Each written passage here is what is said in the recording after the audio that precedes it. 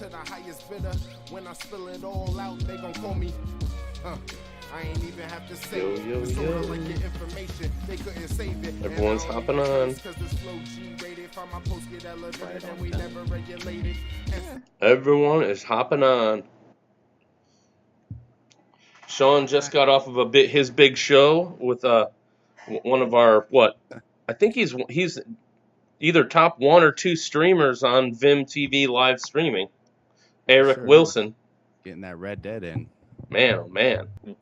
People are loving them some Eric Wilson.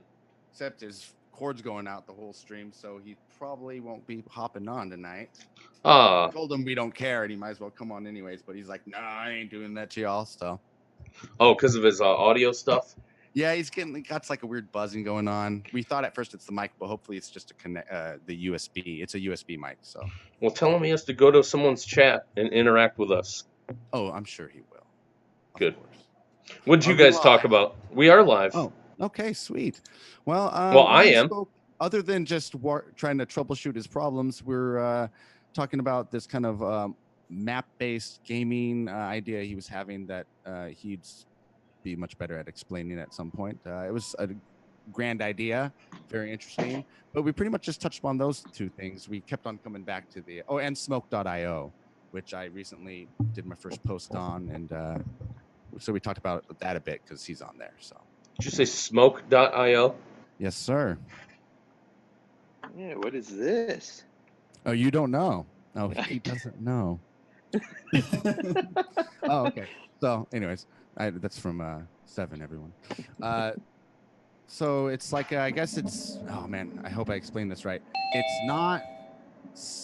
They took the code, for lack of the proper term, from Steam and made their own thing, their own blockchain. Really? Yeah, and it's all focused on marijuana, weed, CBDs, that sort of thing. There is some other content, but it does not get supported very well. So yeah, it's super new. Like for instance, you have to post stuff someplace else. Like for some reason, they're right now having problems, like little problems, like with posting pictures and stuff like that. So I figure it's pretty young, but it's real fun, and it's all about community. Over there, they're really supportive. So it definitely looks like it's something to pay attention to if someone's interested in that community. I definitely, first thing I thought, obviously, is, oh shit, we need to do some sort of like Doug Benson interview type show on here, because there's none of that sort of stuff.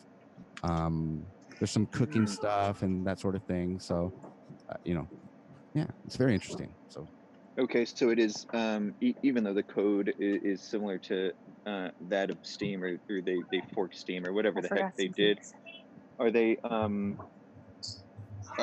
so it is social media based, or I mean, is that what they're doing right now? Oh, I'm not exact. What do you mean by that? So I mean, is the intent to share text? Oh yes. Images, videos. Eventually, I'm sure. Okay. Yeah. Okay. I did an intro post, just like Steam in that way, I would say. And my second post was a contest that someone's wants to start an edibles company, and they're vegan, and so I just and so it was come up with a name and a slogan and repost, and the person will get free edibles sent to them, and like some kind of upvote or something. Okay. So I was like, all right. Smoke.io. Was it pretty easy to get set up? Yes, sir. Oh, instantly. No wait or anything like that. Really? Okay. Just one key. Yeah. Okay. So I just added it to almost. I'm gonna have to check it out for sure. Thank you. This is good stuff. Yeah. Yeah. Yeah, there's all kinds of shit. You definitely have to check it all out, play with it all, experiment with it, and I mean, whatever takes off. But it's awesome, dude. I love the whole sandboxing thing. Exactly. Yeah. Okay. And isn't there like a user that is called something similar to that, and they do lots of good posts somewhere. Sandbox. I think that's the user, right? Yeah. So they do a lot of. I think they focus on art mostly, but yeah. Yep. Still interesting to follow too. Oh, yeah, for sure. Those are the things we touched upon. I did not do any preemptives. I meant to on one and did not. But did anyone else? I did some this afternoon. Nice. Yep. Sweet. Patrick, you do any? No pre-interest for me today. What are you doing? You playing video games? No, I'm actually for the first time streaming to like 4 or 5 different places. All right. So you're checking all of them, Nice. making sure that you're live everywhere. Well, everything looks to be live except for Vim, and so I'm just trying to figure out what I'm doing wrong there. Dag nabbit. What are you using to restream? Caster. Okay. So you pay the $10 a month or whatever it is, No, just the free one. and then you take that free one and then blast it off. Yeah, they'll let you do one custom RTMP, and then you can do. I'm doing Twitch, Stream.me. What's the other one? Eric mentioned, we were just talking about that. I guess Vim is working to get on there, so you won't have to use up your custom for them. Yeah, I actually tweeted Caster this week asking if they would support it, and they said they're in the works on it. Nice. Sweet. Good. There you go. Good.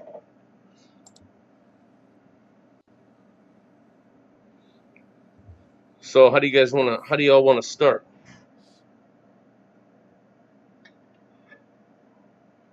Or what do you guys Rugged want like to do? always, man. I know that. You found your new social media site. You're gonna leave us here on Steam and go hang out on Smoke. Oh, dude, we're over on Already Smoke.io now, man. Well, that was kind of the point that me, Eric, were talking about. Is it's kind of nice for me and him. We kind of were in agreement that we just didn't feel like that was the image, or for whatever reason, the content we wanted to put out here on Steam. Not necessarily because we're trying to hide it or afraid to put it out there, but just for whatever reason, it never came up. I mean, it was one thing to, smoke here or there or something like that, but not to be forward with that content. So it's kind of cool that it's a place that's actually looking for that and only that. So it's like, oh, okay, they're going to be, if it's an idea and you think it's a good idea, if it doesn't work there, with them, Yeah. Yep. it's just not a good idea, or you're just not, doing it right. Cool. What's up, Eric? I don't know if you can talk yet or not, but he's listening. He's just jumped on. Oh, cool. Probably because he couldn't stop screwing with his mic. Check it out. Uh-oh. There he is. I think I saw Jiu-Jitsu jump into. I believe I haven't seen him. Oh, no, okay. I haven't seen him. I hear ESP in there somewhere. Hi. Sorry. What's going on? Oh, hey. Talked over you, or interrupted, as we say. Hi, everybody. Hey. What's up, ESP? Doing okay. How about you? Good, man. Good over here. Good. Did you get your Mobo fixed? No, he didn't. I was talking about Gone Rogue. Yeah, he didn't. Damn it. Oh yeah, Mama. No. I did. I mean, it's sent in, so I don't know how long it'll take to come back, but yeah, it is. Okay. It's off and away. That's good. Yeah, dude, I'm seriously lost without my damn shit. Right. There's only so much you can do with your mobile. No, Right. I've gotten pretty good about it for the while, so you will too. Yeah, I know. I'm gonna have to. Right? I'm surprised you haven't reached out to him for like tips or tricks or anything. No, Sean is all over it though. Yeah. Yeah. Does anyone use Partico? Yeah. Where the hell yeah. do you find your bookmarks? I know you can set them, but where do you find the list of them? It's so... Ooh, I haven't used bookmarks, so I'm not sure. Okay. Or whatever favorite, whatever they call it, but I cannot find the damn thing.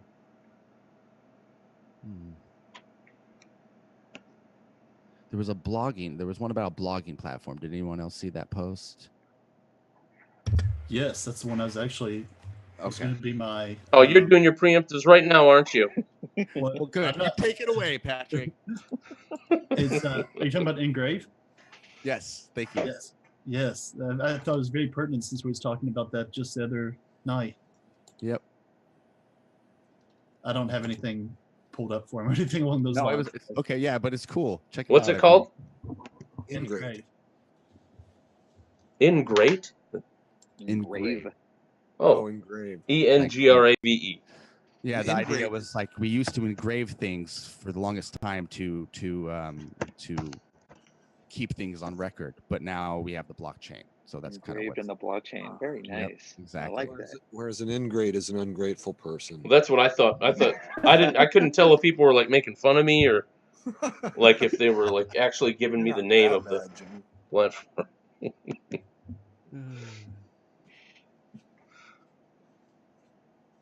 First blogging platform built on top of the Steam network. So the thing that I walked away personally with that was really cool was the idea that you could separate your content. So I could like have a music blog and a politics blog or what have you. Really? Yeah.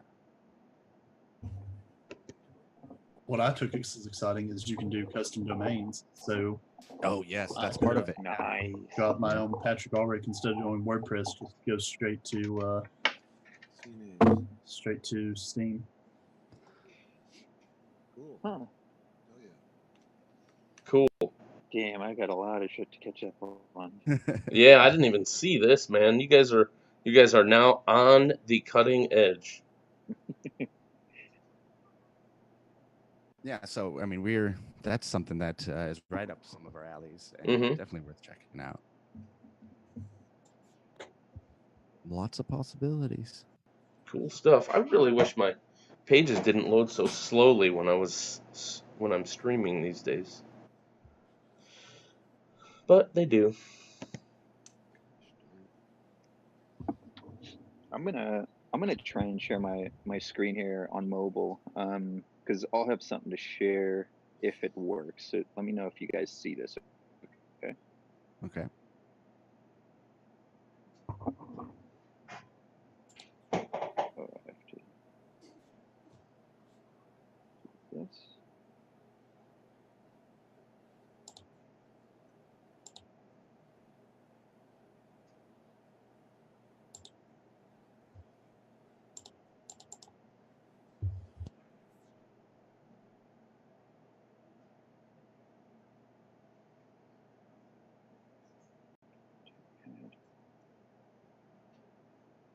Nope, it's gonna take me a bit. Sorry, guys. That's all right. While you're getting that set up, there is a guy, and this wasn't one of my preemptives. This is just one that I saw before I came in, so I wanted to bring it up.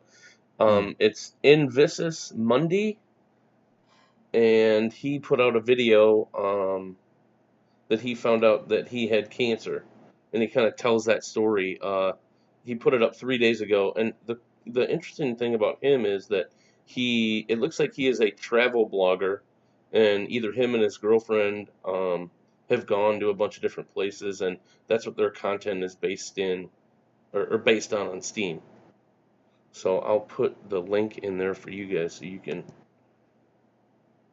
see him. So I just thought that was cool, but I didn't get a chance to do it as a preemptive. It's 2 crazy Lithuanians traveling around the world. Countries that they visited so far: Iran, Indonesia, Australia, Nepal, Laos, and 20 more. So check him out, check them out, and stay on top of their work.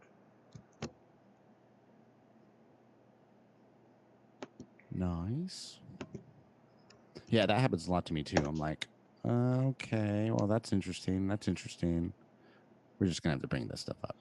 Yeah, mine were more, and I'll just do mine to fill the gap until Gone Rogue. You let me know when you're ready. Mm-hmm. And so the first one I did, I'm just bringing up the page so you guys can see them. It just takes a little while. One was AdSackly on AdSackly. The current, it was kind of like the current state of Steam or something like that. And I'm gonna share it. Hold on 1 second while it loads.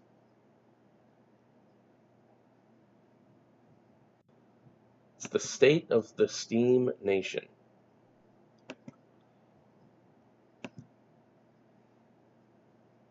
So let's go in there right now. Share it with you guys.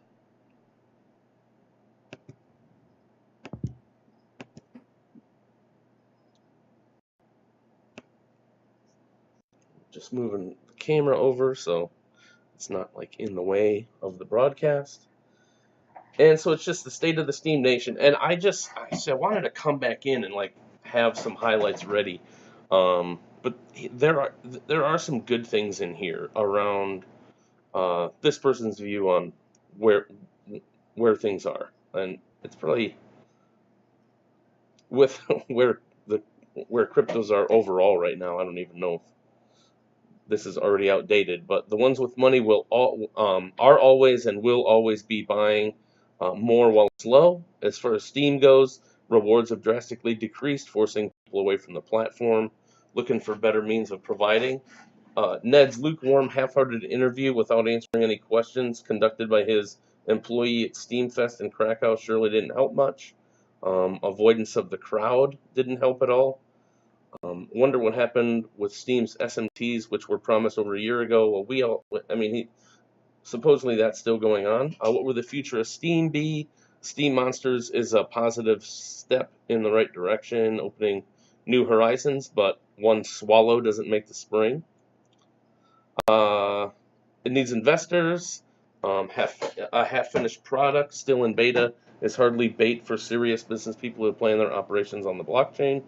And then what I thought was really cool is it's his own stuff, right? But he lists all of his discussions on the state of Steam. And so it's all there for you guys to look at, or anyone to look at if they were interested. And then I think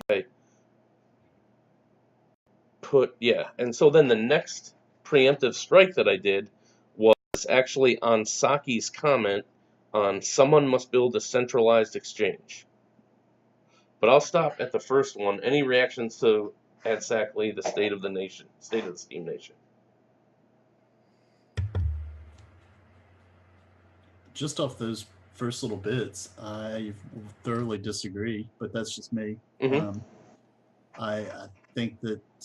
I think personally that Ned's doing an excellent job. I'm really enjoying his bridge things. I think that he done a decent job at Steamfest. I mean, they were open with letting anyone ask questions a week ahead of time. So I'm going to be quick to defend Ned there.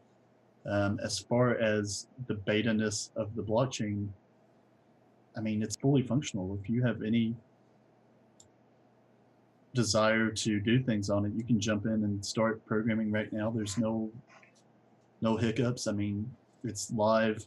I don't know what percentage of the time it's been up, but it's by no means is it Bitcoin's 99.999, but it's the network's up nearly all the time. So I don't see the negatives that he sees, at least that I took from the implication of it without reading the article. Okay, that's good. Here's one challenge for you based on what you just said. When you say you're enjoying the bridge shows with Ned, what does that mean? Because I've watched both of them too, and I wouldn't call them enjoyable broadcasts. I wanted to bring this up too, so this is good. Right? And so, like, what do you base that on? Because those aren't good, right? This is the CEO of a decentralized, huge blockchain. What, 187 million market cap? I'm not sure what it is right now, but no. See, I view it as these are his personal choices. So, for example, I have my company, Bluegrass Bitcoin. I don't view the content that I'm making here by any reflection to Bluegrass Bitcoin.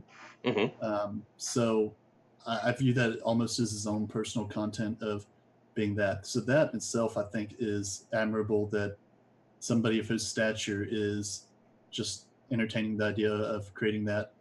I also don't view it as anything really Steam directly related. I don't see a lot of today you kind of talked a little bit about possibly bringing more technicals to it, but it's all Steam related. That's all. He talked about SMTs for the first 20 minutes. Yeah, but it's not. I don't view it as like a PR push for Steam as much. I view it as a way. No, I agree. Ned. I agree, but okay. So let's look just at that. Is Okay. he interacting? Who is he interacting with? Like, give me one way that he added like deep level engagement. He didn't say anyone's name when he asked questions. I think he was avoiding it. He looked at questions. You could tell he was reading as he's going and filtering in his own mind without saying things out loud. Like if I'm looking at a chat, I'm bringing in stuff as best I can. If there's stuff that doesn't fit or offensive, then I probably won't bring it in. But if it at least goes in line, I'm reading it. I'm not like discounting it, and I'm laughing and I'm trying to say the person's name. This isn't a criticism of him. This is a criticism of like tips for good live streaming. Yeah, I wouldn't call him a good live streamer by any means. I don't see that as it. I just think it's admirable that he's out there and putting himself open to the community. Agreed. If he does it more as like not necessarily a Q&A, but if he actually like takes specific questions and addresses people personally, I think then that would go better than what we're currently seeing. The other one is so yeah, that's it. I mean, I hear what you're saying. I think it is admirable for him to do that, and it's definitely out of his comfort zone. You can tell that. And he needs some people that are good at it to help him. Whoever he has currently is good at some stuff, but needs help in others. Well, it's all packed in that single paragraph. I mean, the criticisms point. And I would actually bundle together avoidance of the general crowd with interview conducted by employee without answering questions. I mean, that you can all bundle that together as not so good interview with very little questions answered. Right. Like well, and the so guitar that's the says thing. blink If he it. Like whenever he got uncomfortable, he grabbed his guitar and started making noise with that. Well, and if he does it live, if he does it in person, and he does it live, that's a trend, in my opinion. Well, and what I'm saying is that once you get rid of the redundancies and you realize that the gist is pretty much the same of those three items, then you've got a single item there, and so really I don't even see it as 6 different criticisms. I see it as maybe 3 or 4 different criticisms. Steam it, the rewards have drastically been decreased. The interview didn't go so well according to this guy's characterization or his take, his interpretation. The next person might look at it and go, wow, this went swimmingly, and that it was engaging. It gives it a human side. From a tech standpoint, it didn't really do a lot, or from a business standpoint, it didn't really do a lot. But again, I don't want to read too much into it. To me, the question is what is the potential of the blockchain, and what is the potential of the Steem currency that's in the works, the token that they're working on. I think that's really where the heart of the thing is. And I guess I would have just liked to hear more of that. And maybe I'm missing it, right? Maybe I'm not looking in the right direction, and maybe that's not what the bridge is supposed to be for anyway. But it seemed like it was. It seemed like that's where they want to be, but I didn't get a sense that they had a good agenda and were he said diving the bridge in. is about bridging communities, so you have to engage those communities, I guess. Yep. Well, no one said this thing's going to be easy. No, well, yeah, that's the point. At least he's doing it. People were complaining that he wasn't out there at all, and now he's doing this, and they're still complaining. So we are kind of moving the goalpost. But for me, it's like, yeah, lots of people were like, "Oh, this is great. He's so we're getting to know him as a real I person." liked your comment, Sean. You're like, I hope these will get better. It's like just simple, easy, to the point. Like, all right, man, thanks for being here. Doing a great job, bud. Let's step our game up. Yeah. Answer all my questions about blockchain future now. Well, and there are bullies that go in there, and there are people that go in there that have a really bad belief in what he's doing as CEO, and so they're in there, doing stuff too. Like so I know Nino it's was hard. asking good questions. That Exactly. Come up at all, That's what I mean. It seems like he's unaware of some of the bigger players in the ecosystem, or he just, like we've seen other times, he mutes people, whether it's not on his own on the site or in his brain. So yeah, I don't know. But my next one was the reply. I always highlight this idea. Someone must build a decentralized exchange. Steem at market, block trades, how it gives the criticisms there. Fixed, someone build and operate an exchange. The Steem at market can remain just like it is, for small volume trades between Steem and SBD. Block trades can remain like it is to handle simple transactions. This exchange can charge a tiny fee on trades. This would fix the volume issue and add revenue. So I've seen this before. And what do you guys think? Whoever creates the exchange can profit, make Steem and SBD a common trading pair with everything else. A Steem central exchange will bring in huge new Steem members, and the exchange creator will already have a Steem user base ready to go and start using. Well, and again, I like this because I'm always looking for the silver lining. I'm one of these people who believes problems have solutions, and frequently problems have sort of, known solutions already, or something that's not, you don't have to be too far outside of the box to envision, oh, this is a way we could deal with this. So, for every criticism, that at least, I like to see something like that. Oh, by the way, somebody do this. Again, I want to stick with the promise and the potential of the whole new paradigm, with a lot of questions and a lot of criticism. But the whole new paradigm is better than the present. Ugh. So I believe that. Yeah. Anyone else? I'd be cautious for whoever does try to do a centralized exchange, especially with the recent SEC crackdowns and our future SMT protocol coming out. I would be very cautious for whoever tried to take that risk on. I wouldn't advise it myself. Yeah, I was just going to mention that I think people are actually trying to stay away from that. Right. I'm not a fan of centralized as the solution, but I'm a fan of let's propose something. Let's give an answer or a possible answer to this question that's being raised. I'm not a fan of centralized, but yeah, and I would understand the effort to do something centralized just to open that avenue, but I think the burden people are going to take by doing that, just the regulation involved in the crackdown, I think people are pretty weary of just taking something like that on for sure. So I get that part. Tell me this, and I don't know, this might be a dev question, is how interoperable is Steem? Because I think the value add might, even if it's not building a centralized exchange, maybe it is building more of a decentralized exchange that has more common trading pairs. So write it where it can be interoperable and you can trade against the top 5 or against the top 7 or against 7 that you want to trade with, or 2 or 3, I don't know. Would that help? Well, I guess as far as that goes, have any of you guys used BitShares? I haven't. BitShares is like it's a decentralized exchange. It's actually what started kind of delegated proof of stake as a blockchain concept. Originally by Dan and Stan was the ones that kind of started it off. It's it's an excellent way to do that. In fact, I'll send you a link for it here, but it has tons of trading pairs that are available. Even outside of that, it has you can create your own assets on it. It's very integrated with Steem. There's tons of different Steem trading pairs. So okay, I'm bringing it up right now. I'll check it out. Of course, it says Chrome not responding.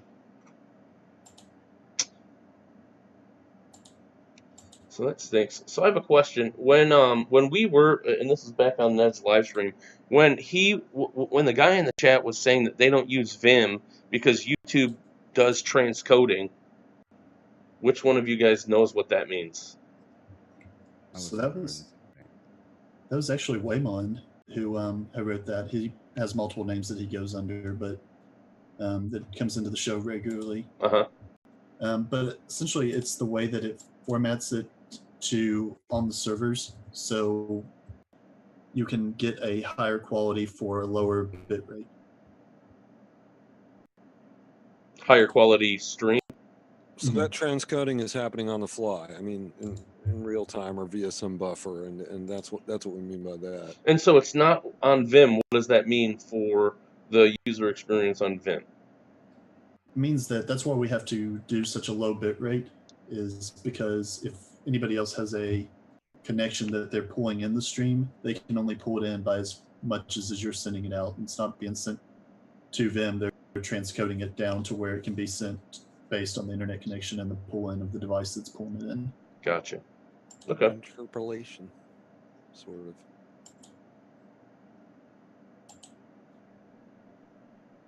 I wondered that because I did, when I was using YouTube to do that, I did have a much higher bit rate. Makes sense. All right. I just got up BitShares. Oh, here we go. Delegated proof of stake consensus, permissions, transactions.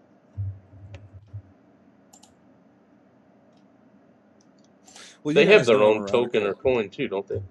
What? You're a radical what? You know I'm a radical. I believe everything that can be tokenized will be tokenized or should be tokenized. And I also think an important part of that is that Eric mentions, find your tribe. I also think an important part of that is going to be a cultural paradigm shift.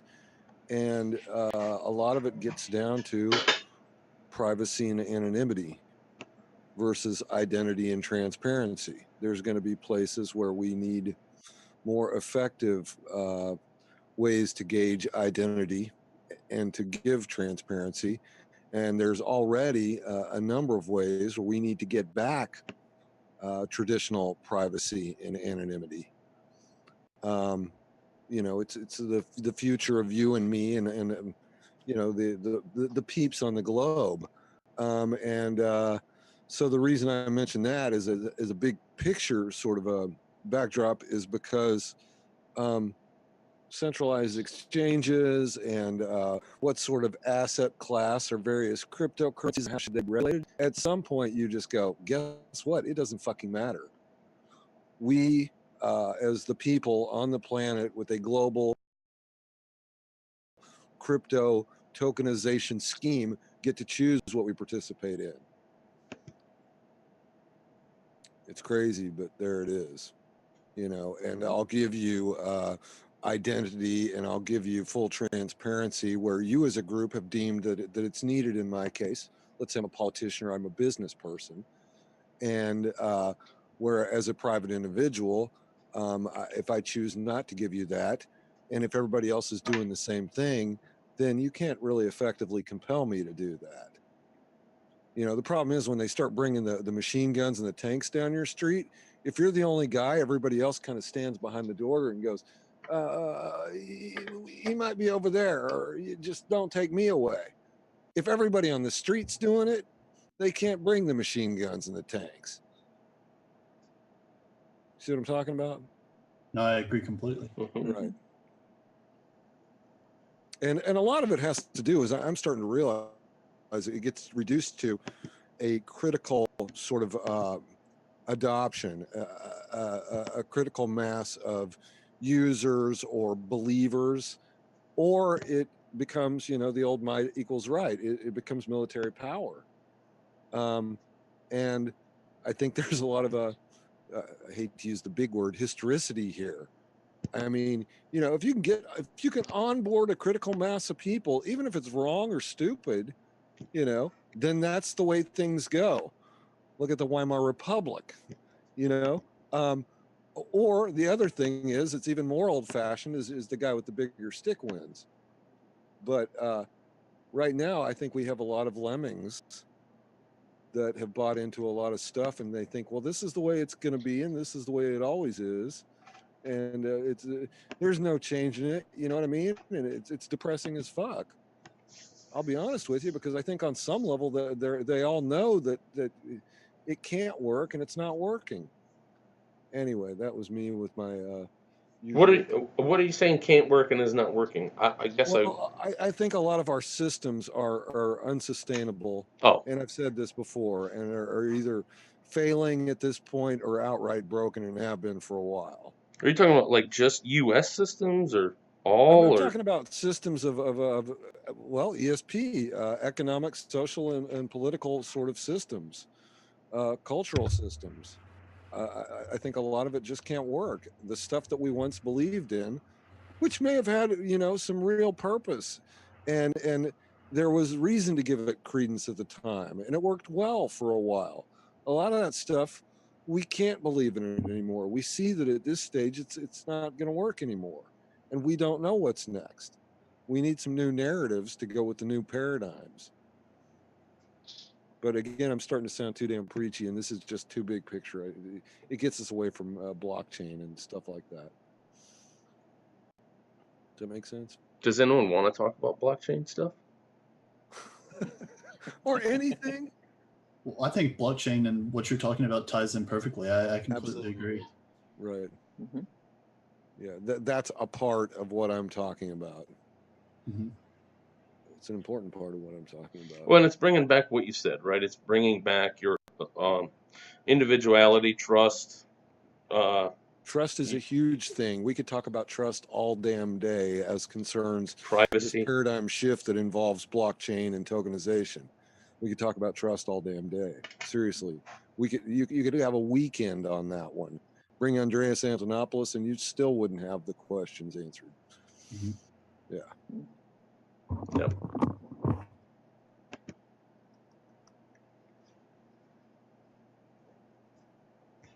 I'll shut up now and let you guys get back to preemptive strikes. That's just doing that anyway. It's fine. I have one more. I don't even try to remember what it was. You should keep talking though, because then I can bring up my webpage. All right. Well, this morning I woke up at about 5 a.m. and I started writing down a bunch of ideas. Uh-oh. So there are different types of, and this is human stuff. All I can do is, you know, Kurt Cobain famously once wrote in one of his fucking throwaway lyrics, you know, all I know is all we are. All I know is all we are. So there are different types and different degrees of transgressions. And I view a lot of what it is that we involve ourselves. It's interesting. We have our much ballyhooed successes, but the truth of the matter is we probably fail or make mistakes more often than we succeed. Which is why you go, wow, look at what that guy did. Because you forget about the 99 other people that tried and didn't, you know what I'm saying? Stand on the shoulders of giants. Anyway, so there are different types and there are different degrees of transgressions. And so there's legitimately justifiable breaking of rules.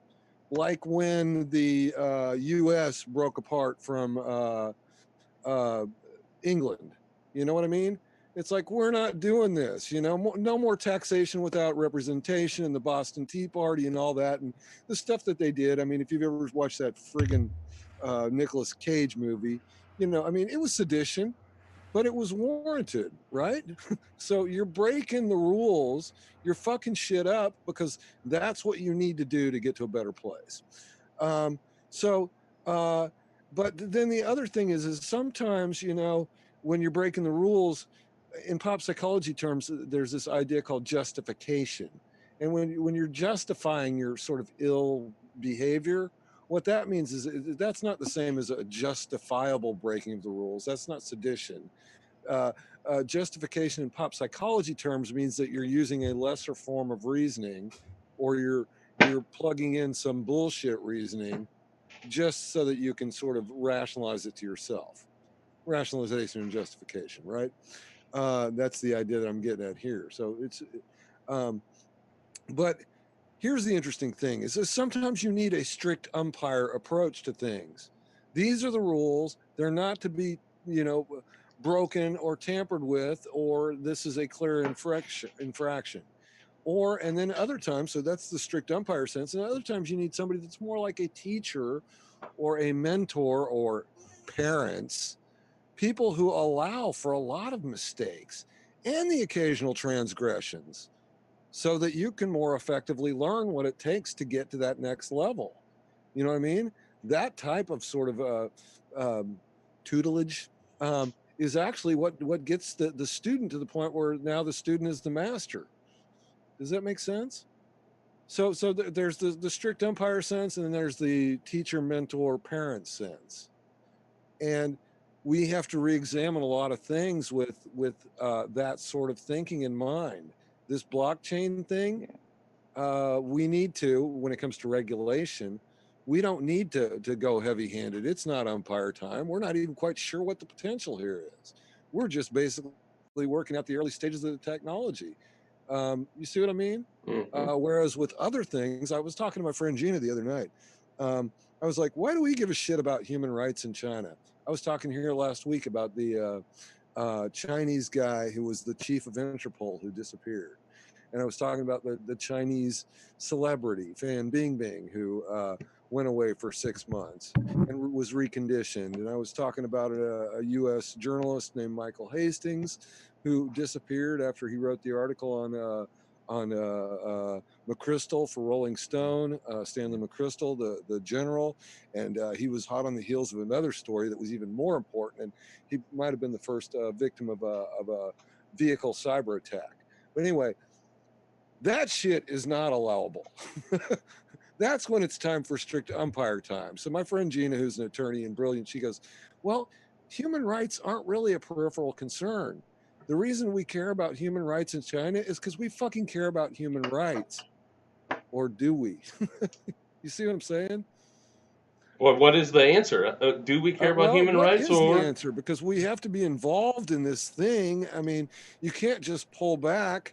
We need Saudi Arabia because we need to control and direct resources in the region. And Saudi Arabia needs us because they need the military might and the protection that we've afforded them for many, many years. We've got this long-standing involvement. And even the people at the top go, it's yucky and we don't like it. We don't have a plan B on that one. We have a plan B on blockchain, a global form of currency that's unprecedented, like fucking ever, right? So we have a plan on changing the global system of economics and commerce. We don't really have a plan on global power structures as they are presently. I'm not sure what to do about Saudi needs our military and we need their fucking oil and presence in the region. You see what I'm saying? yeah, That one's trickier.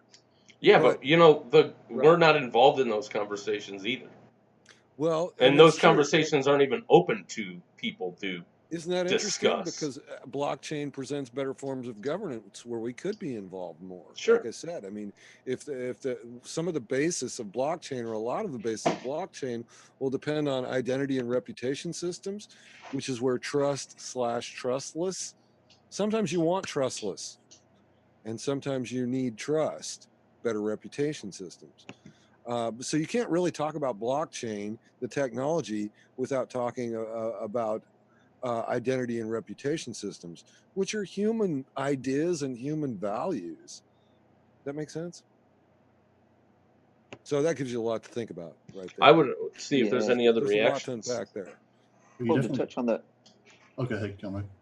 Anyone? yeah, to touch on the first thing, you were talking about ESP change, which is basically the breaking of rules. Right. So long as there's good intent behind it, I think is but for example, like we have to be careful of this, and I really think so. Like in the blockchain space, you have to be careful with people who are so stuck on satisfying regulations in the state that they lose sight of what we're actually trying to do.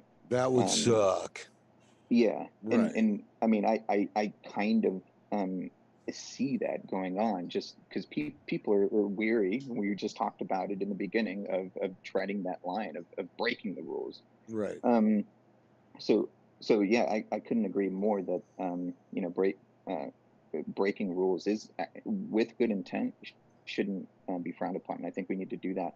But to give I guess a real life example of something that might happen in the future where this might be the case is Bitcoin devs are actively working on implementing Mimblewimble, for example, which is going to include privacy at the core level of Bitcoin. So when that happens, is one of the bridges to get into crypto, like Coinbase, for example, are they going to accept that? Well, and that's interesting because I think that's what's driven a lot of the Bitcoin adoption already. In other words, the usage, the ability to use Bitcoin because it wasn't really that closely inspected and it couldn't be policed as effectively. I mean, it's the old cat and mouse game, right? And there, probably a great many transactions went on that were untaxed and unexamined. So I think that not only has that been the attraction already, you can make a huge case for that, but it needs to be the attraction going forward.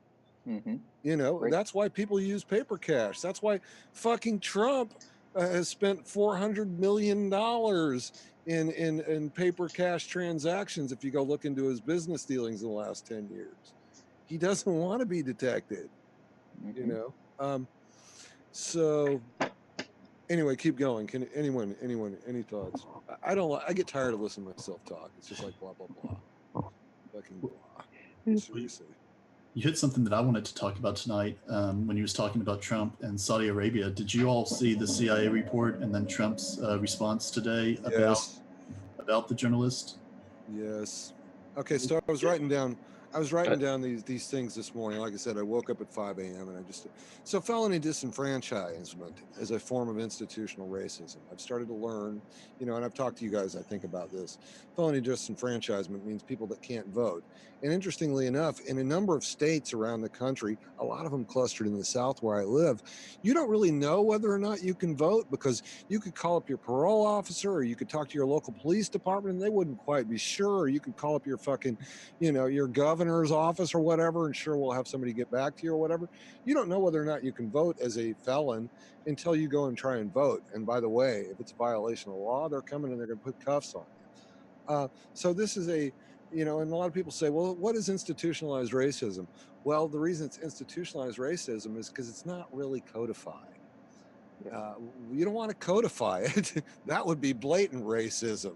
But to say that racism doesn't exist because you can't put your finger on it, that's what we're calling institutionalized racism. So hypocrisy in terms of immigration policies. You know, this whole, I talked to you this a couple of weeks ago. The reason that we use immigration as a hot button issue is it's probably not even in the top 10 problems in our fucking nation, but it's easy to take sides and it's easy to polarize your fucking, your constituents and your basically the people that you're pandering to, and to get an effective emotional response from them and keep them distracted. You know, so felony disenfranchisement is a form of institutionalized racism, hypocrisy in regards to immigration policies, the failed, indeed long failing since its start, war on drugs. The whole fucking war on drugs needs to be re-examined. I went the other day, my friend Gina, the same gal, she was like, I was talking to her, I was like, I need to find out who are because I know here in North Carolina, I talked to a guy who was for a while working on getting marijuana legalized, right? Or at least decriminalized. And he said the reason he couldn't do it is he looked into it and it was the alcohol lobbies. And then I went and just a little bit of quick Googling. Here are the big three lobbies that have worked in various states against marijuana legalization. Guess what? Number one, big pharma. Number two, alcohol. Beverage manufacturers and distributors.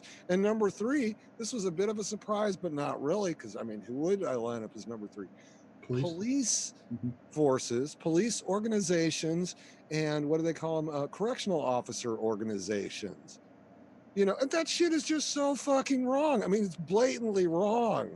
You know, what they're saying is that, you know, we have jobs, we have facilities, we have a whole fucking institution, we have an infrastructure, we have income based on something that really, if you strip away the idea of drugs as a criminal endeavor and you look at it as really what it is, which is a public health and welfare issue, it's all based on really institutionalized race and class warfare.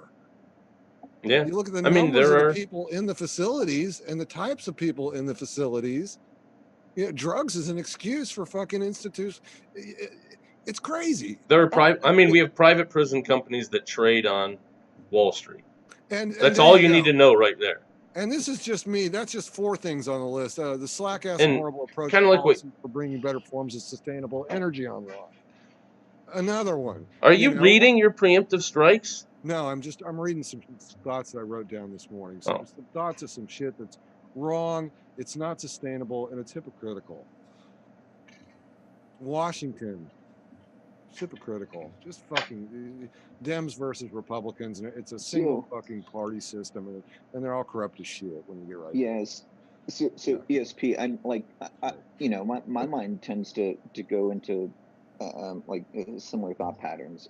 So I know that yours probably tries to look for solutions. I mean, in the current state that we're in, with those things that you brought up, have you thought of, like, you know, well, and that's potential ways out?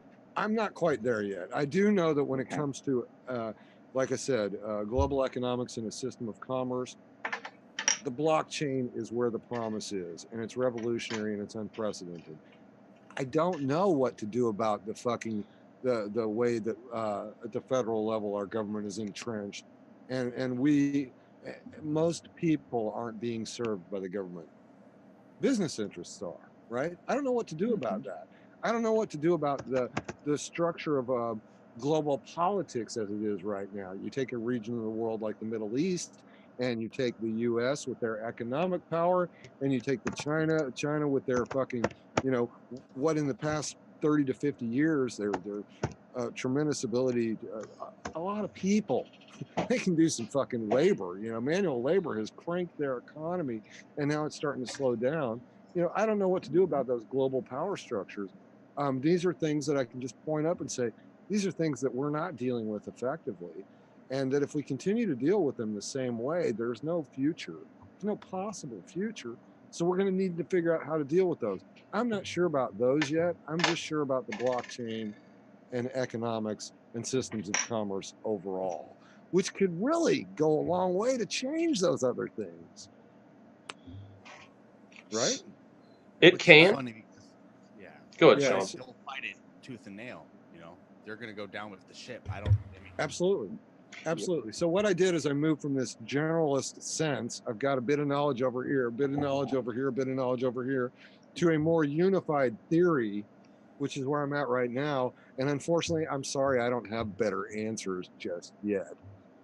So that's where I'm at in terms of my thinking.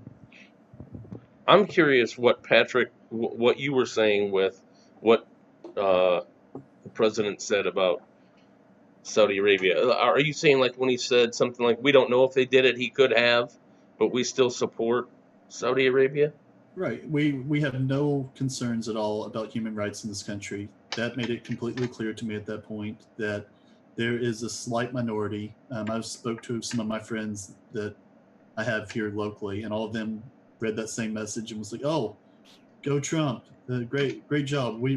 I'm just like, I'm blown away. I'm like, even beyond, even if you say that there's some way that I can't think of his name, Ben Simone didn't have knowledge of this one journalist.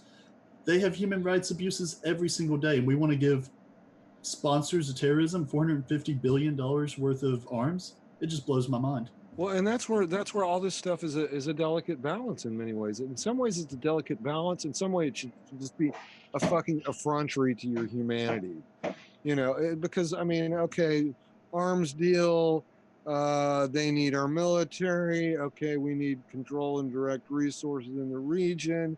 Okay, human rights over here. They might be killing a few fucking people, but as long as we don't say anything about the fact that they kill people, they won't say anything about the fact that we kill people. I mean, you know, this isn't clear right or wrong stuff, except in specific instances where none of us should be denying that it's clear right or wrong stuff.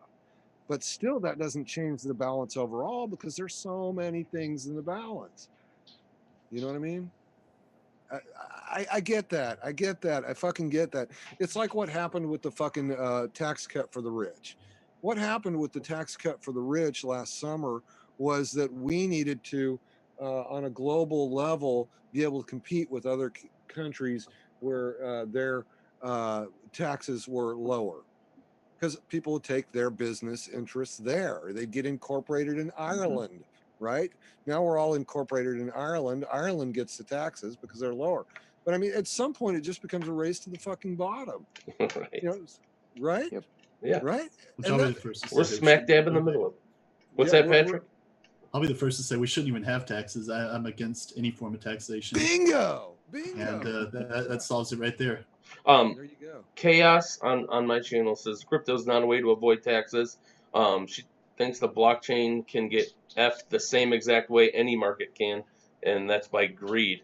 Hopes for the best, but has moments of worry.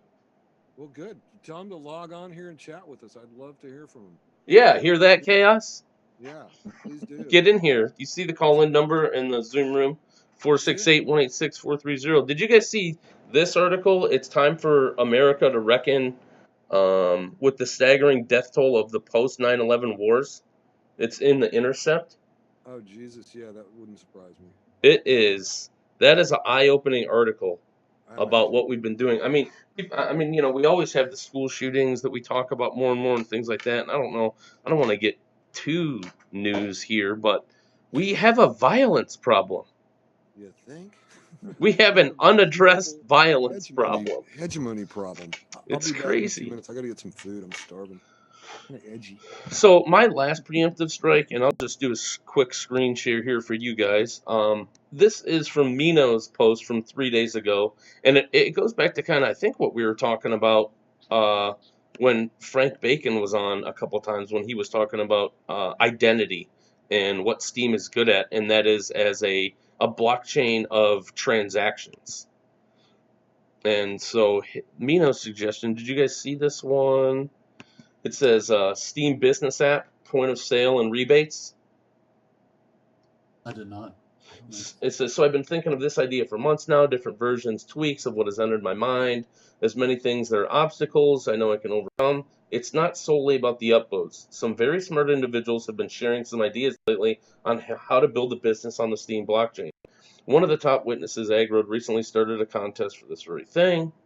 And it said this article is meant to do that. It says Steem's blockchain are based around upvotes. In other words, how to make money on Steem has more to do with the allocation of the reward pool than bringing more investment into the blockchain. So think about this for a couple minutes and draw some dreadful conclusions. If all businesses on the Steem blockchain were built on how to get more of the reward pool directed to a particular initiative or business, then when will the reward pool not be enough? The valuation of Steem, of course, has a lot to do with it. If a business can thrive or fail on this blockchain, but as we know, the valuation of Steem is something reliant on speculators almost exclusively, at least for the moment. So his suggestion is to have a point of sale platform. Needless to say, it's not something new. Of course, implementing something like this on Steem might not be or is not really that difficult. As a matter of fact, Asbear long ago gave it a good go on Steem Pay, and it just talks about how you can use the process of paying and generating QR codes and other ways to create a marketplace. Yeah, it would just, I guess the one thing people run into, or the problem they run into, is the adoption aspect of it. So like you said, a point of sale might be super easy to, create, but getting people to actually transfer over or transition to that is the hard part. You mean getting them to buy Steem and use it? Yeah, exactly. I would even argue getting merchants to buy the hardware to convert their sales, because you go to a merchant, they're going to have to buy, at worst, $100 tablet for most solutions, and that's just an expense that they don't need when they can take credit cards through their existing systems. Mm-hmm. Yep, that's a good point too. At least that's what I've ran into in all my endeavors. Okay. So I wanted to point this one out to you guys. It said the last leg of the equation would have to be decided by the business and pretty much be as flexible as possible. The advantage to the business is that they would get the instant settlements when they sell merchandise. But I think I hear what you're saying. So point of sale in shop would be more. What about online though? If it was more of an online type application. Online's much more easy to adopt into. And then the last one I thought was interesting was winning Steem back for your purchases. I've seen there's you might know, Patrick, you might know the Bitcoin company or the company that's taking Lolly I think, and they have signed up certain merchants where if you buy stuff from Walmart and you pay with Bitcoin, then you get a percentage of that back. And they have a couple other ones, like I think Macy's is on there and things like that. So they're doing that too. So giving people benefit, like the business would, I don't know how they would work it out with them. I don't know how all that stuff works out. That's a separate thing, but yeah. So any other comments on this one? No, but one of the things that really interests me is one I shared as a preemptive a couple weeks back that we talked about for a second about they're going to make it to where you can open your own stores. They had an interesting thing they had in with that, in that their goal was to eliminate shipping costs by upvoting the posts that they would create through that. So you would order a T-shirt, and the T-shirt would be $4.95 in shipping. Well, they would use their Steam power that was delegated to them to upvote a post that was created about that transaction to cover the shipping cost. I think that's one of the things that we'll need to really convince merchants of the value of moving something here, is to eliminate supply chain difficulties and things along the lines for them. Mm-hmm. Yeah, and I think I'd be interested, like, how scalable would that be? It wouldn't, I don't think. Yeah, I know it would. At some point, it would. Yeah, I mean, there's a certain threshold, but you know, to kick something off, I get the point. Mm-hmm. For sure. Yeah, it'd have to be a Kickstarter to just get enough businesses to make it viable to become a tradable good. Right.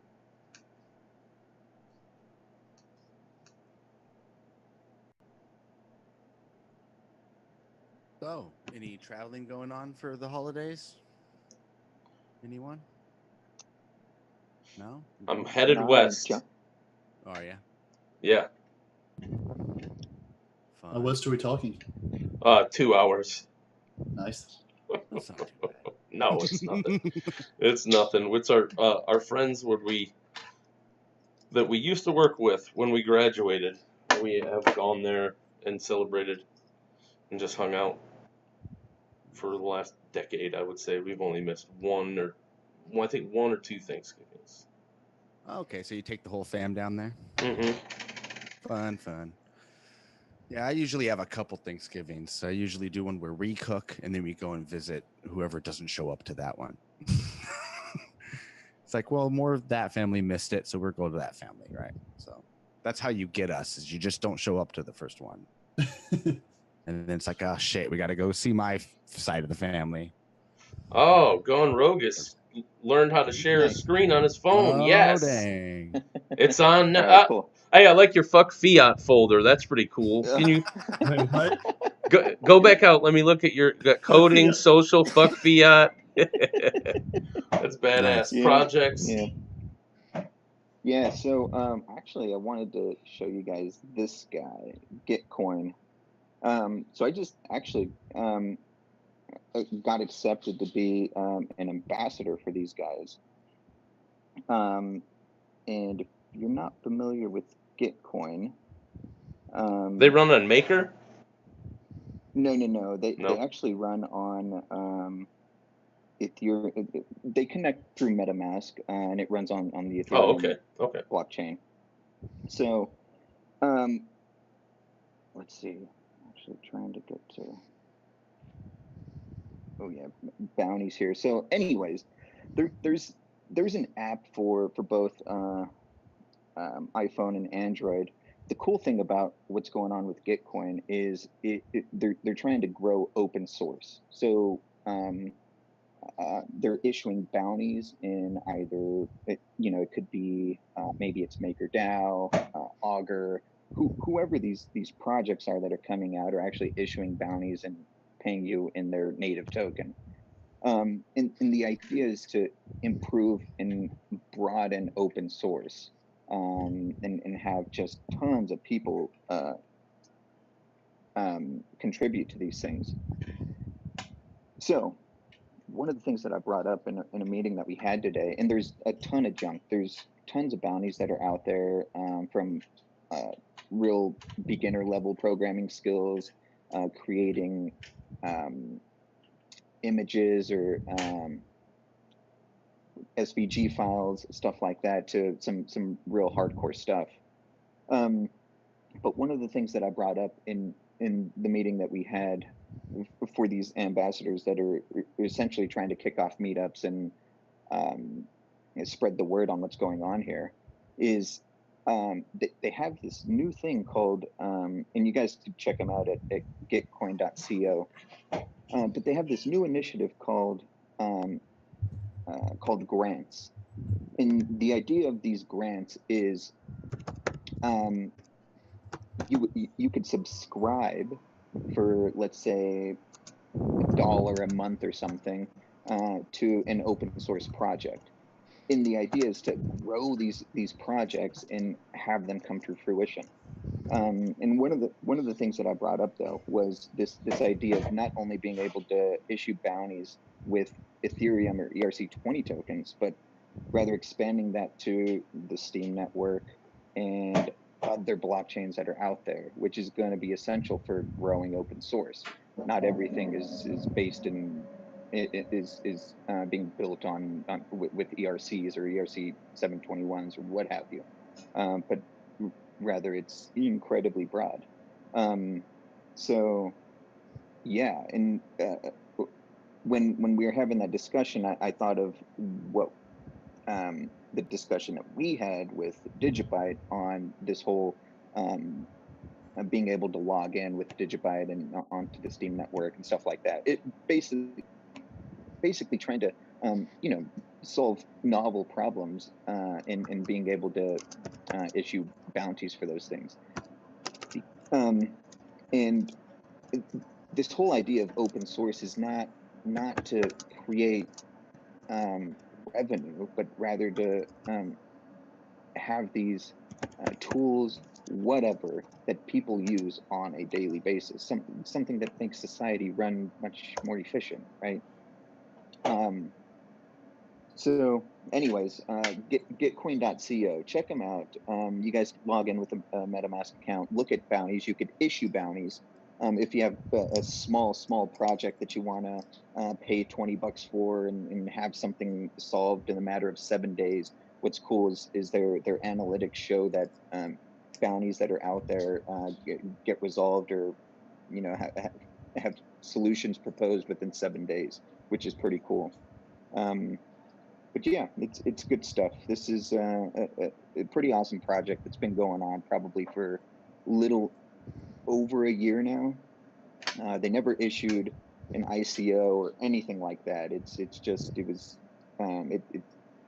It all runs off your browser and now your phone apps and all that good stuff. It's really, really cool stuff. Their website's phenomenal too. The dude Kevin Owaki, who actually is represented by, he actually works for Consensus now, is driving this whole thing. But incredible project. Sounds cool. So yeah, that's what I got going on.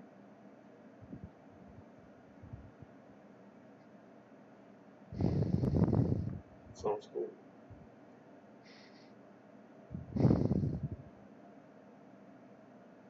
Who else says anything?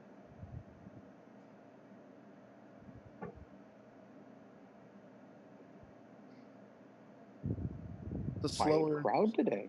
Yeah, I was gonna say we're all a little, I know. We got to keep our chins up. It's the holidays. Oh, That doesn't help, Yep. And I know Eric had posted something in chat where he said what the hell did he say? The value of Steem is going down, but the actual value that you're accumulating is growing. So you could think of it in the sense of Bitcoin's value is going down, but if you put money into it now, the more Satoshis you're accumulating, right? So yeah, anyways, I was just the bear market is probably, I don't know, it's a good thing. If you say so. I don't know. I know. Dude, everybody's down. I know. Yeah. I know. I was mentioning in my snap, like for me, it doesn't make that much of a difference. I mean, I did see I'd finally gotten over like 100 in steam power, and it like dropped down to 80. And so that's, but as far as like, I wasn't getting the sort of payouts per post where it was like, oh shit. I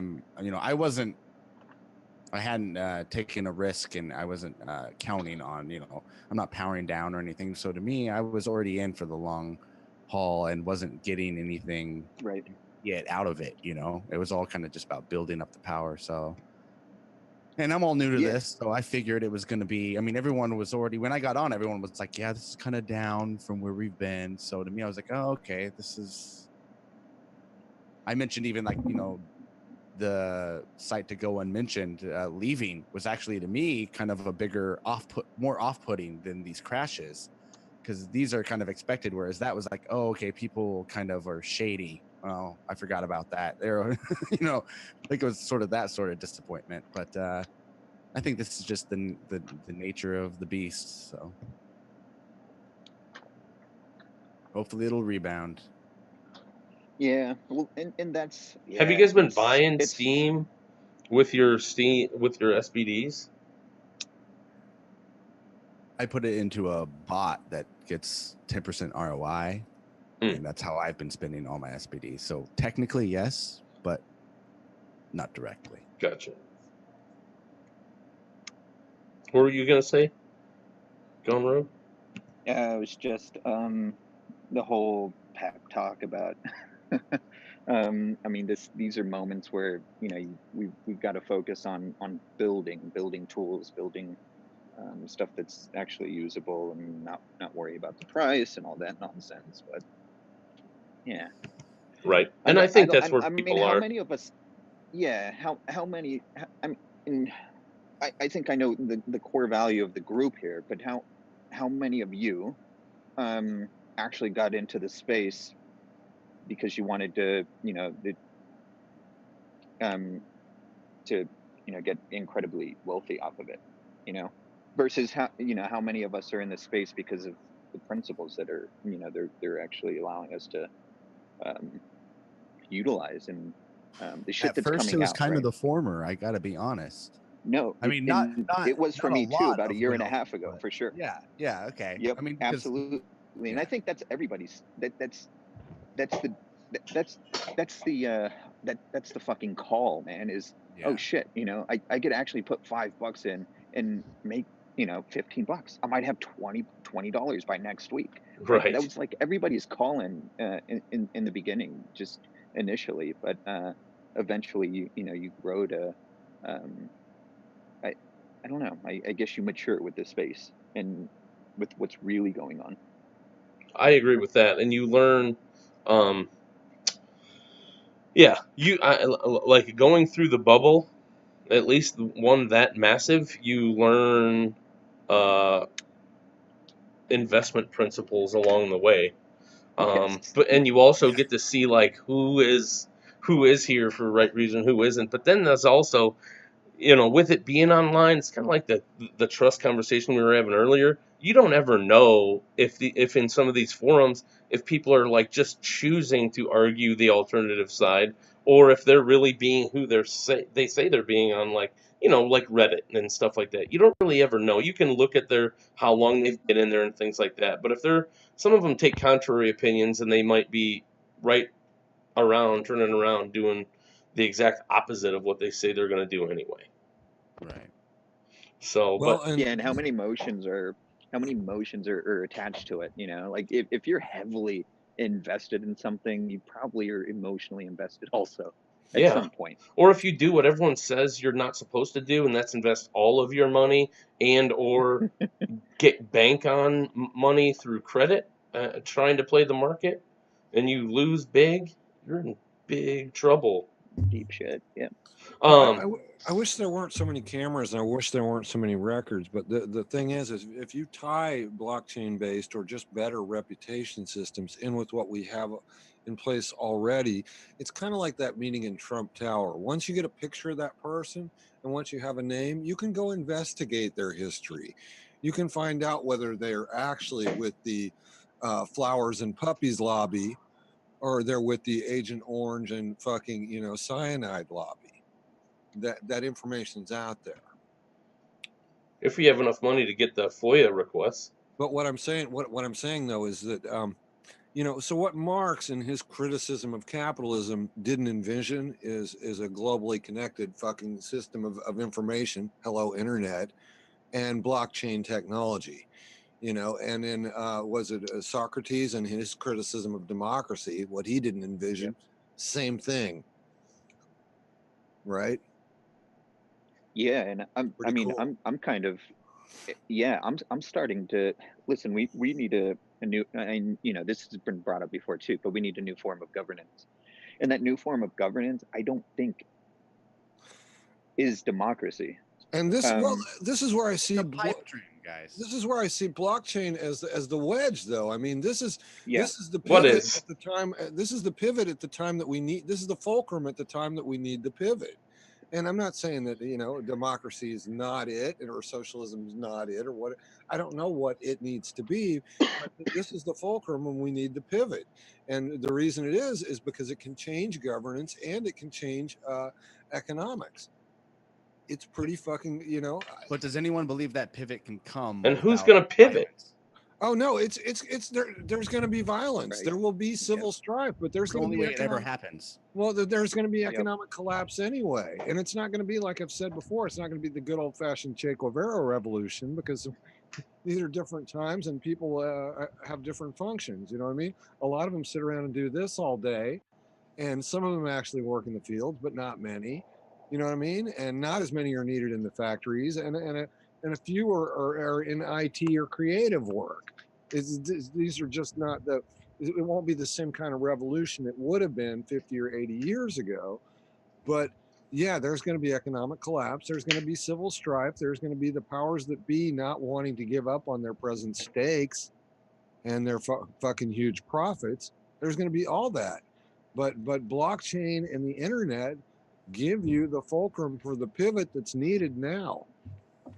But I think I don't know. I don't know that I necessarily see the violence part. I do understand that we might be at the beginning of a turning point.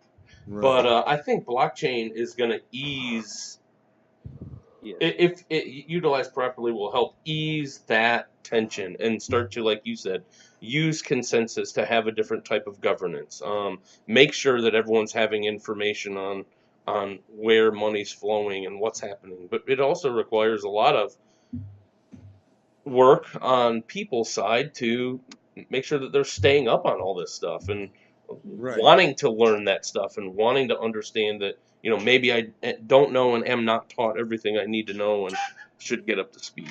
But and it just gives us a possibility where we didn't have a possibility before. I'm not saying there's not a lot of work to be done, and the deal is, I understand, dude, just because I'm passionate, it's no substitute for like viable solutions and tangible sort of plans. I got that, but I mean, we're just getting started. Yeah, and I think, and the first transition is to be critical of the status quo, and I don't think enough of us are. Yeah.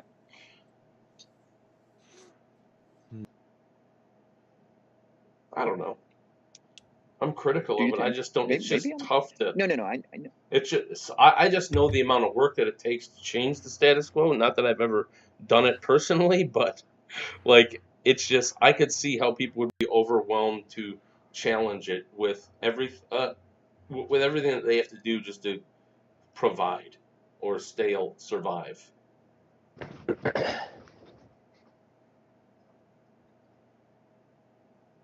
Well, that's why they do their best to just sedate us with media and football and shit. Yeah. Oh, come on. Why do you got to rip on the NFL? And then you guys are all in when we start talking about MMA. But the minute We start talking. You guys blame the NFL for the United States problems. It's ridiculous. Human cockfighting. Is that better for you? They No good. they can't help that they built a system of giving scholarships to kids on a national basis. That's true. Yeah. And all those colleges pay, all the football programs pay for all the other sports.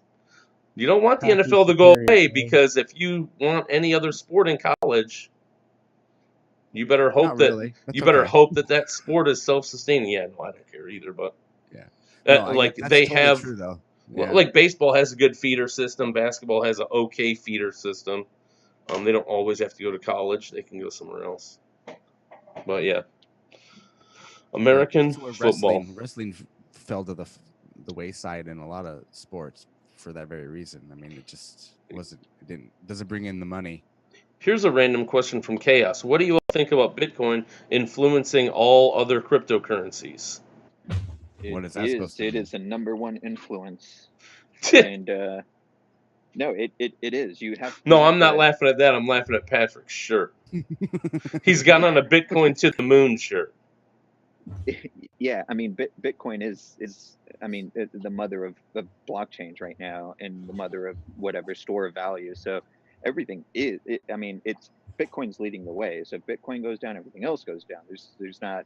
It's just the way it is. I don't know if anybody else has anything to add. No, I know it's the way it is. So which one of these companies is actually gonna take the number one spot? Is it possible? Can you repeat the question to what Chaos's question was? What do you think about Bitcoin influencing all other cryptocurrencies? So I don't know if there's and maybe there is a further question there, but it's not in here, and I would tell them to ask it. But I think it is, because it's the most common trading pair. But I don't know. I mean, I don't know why. I mean, not only is it the most common trading pair, but it's. I mean, at the technological level, it is the most novel protocol. Mm-hmm. That's a fact, I think. It's most decentralized. I mean, I can go on for days on why Bitcoin's the most important coin. Okay, this is a dumb question. Elaborate on what you mean by the protocol comment gone rogue. Well, just the way its incentive models and game theoretics works. You have miners out there. It's completely decentralized. Like Pat said, if you're running a Bitcoin node, you're part of its consensus mechanism. If you're mining, you're part of its validation of transactions. It's just, and you're being incentivized by doing those things. But and it's completely decentralized. So, you know, you could run a Bitcoin node if you wanted to. Nobody can stop you. There's 10,000, or I don't know how many Bitcoin nodes are out there now, but there is a plethora of them. I don't know. The last number I heard is something like 10,000. I'm sure it's way beyond that now. Well, and what I had to bring up my fucking notes because I forget things, but you know, blockchain, it says one aspect of Bitcoin technology, the other critical components being cryptography, distribution or decentralization, a la I think BitTorrent, distributed rhizome-like networks, and proof of work. Those are basically the ideas behind any of these token protocols, except that as Frank mentioned a week or two ago, that Steem substitutes proof of stake for proof of work, or proof of, what do they call it? Proof of something thought. Delegated proof of, proof of brain. Right. Proof of brain, right. Oh, here on Steem? Yeah, proof of lack of brain. So yeah, but anyway, it's the decentralization, it's the cryptography, it's the blockchain, and it's the proof of work essentially. So those are the ideas, or those are the items behind any given token protocol. But of course, there's room for refinement. Of course, there's room for enhancement and augmentation. You know, I mean, that thing doesn't describe a smart contract system. That thing that I'm talking about, at its essence, doesn't really describe where you take a form of tokenization and you add on a form of AI, for instance, where you can get to some really interesting sort of wheedling through the bullshit and getting some information, and you can get to governance, and you can get to all kinds of things, transactions and contracts. So Bitcoin just happens to be the granddaddy of them all, but boy, we've got a lot of exploring to do, and we're going to see improvements. Okay, here's a further developed question. Do you think Bitcoin potentially failing or falling and or failing could ruin the entire market of altcoins and other stronger performing coins, such as Ethereum? I basically see Bitcoin as the dollar of the crypto. So if Bitcoin fails, then what? I agree hard. Yep. I disagree. I think that cryptography has always been a cat and mouse game. I mean, someone will come up with a better code, and don't get me wrong. I mean, what is it they call that supercomputing thing that's right around the corner? Quantum computing. If a quantum computer comes along and breaks the present crypto scheme that's being used, guess what? They'll come up with a different token with a better crypto scheme. So I think if that won't be really the end of Bitcoin. If they did that, then we'd just use a different curve for Bitcoin. We'd still have Bitcoin. It wouldn't be. And cryptography, whatever they call it, will always be on the bleeding edge of code. So, in all likelihood, not that far off, it'll be this person's AI versus that person's AI. If the AI is what's breaking the damn schemes, here's what you do. What is it? It's kind of like that thing where deep thought or deep whatever it is versus something fish in the chess matches here lately. So then, isn't that the problem that we're running into with the Bcash fork and all this stuff that's going on with them? Isn't that just as much related to where we are now with the market, or would you guys say it's not related? I'm not familiar with that. Yeah, I wouldn't say it's too much related. Yeah, I'd agree. I don't think it's related as much. You don't think it's related? All the threats of them selling their Bitcoin to fund the upkeep of their own chain? Here's the thing, yeah, so you What's that? Yeah, exactly. So you could do that with the chains that are out there with like Bcash and stuff like that, just because they're constantly colluding with each other and these mining farms, whatever. You try doing that with Bitcoin. There are just way too. Mining is more decentralized in Bitcoin. It's just trying to do something like that in Bitcoin is impossible, or near impossible. So more of everything that Craig Wright says is a con job. I mean, he does not have wins that he's claiming to have to be able to sell off to do what he's saying he's going to do. You don't think he's Satoshi? Dude, he thinks he's fucking Satoshi. You're right. You couldn't even explore the possibility of having some fun with that. You guys have to shut it down. You guys are very serious tonight. You guys are very serious. He's had many ways to prove that, and he won't do it, or he can't do it, or he can't do it. Okay, how about this? Hey Patrick, from the fork, who's the winner? Bitcoin. Yes. If we ended Bitcoin Cash, Bitcoin wins. Wait, say that again. So I think the true winner in the Bitcoin Cash was the core chain of Bitcoin. Mm-hmm. Because eventually these two forks will go by the wayside. Fall by the wayside, yeah. It proves that majority mining power is all that matters,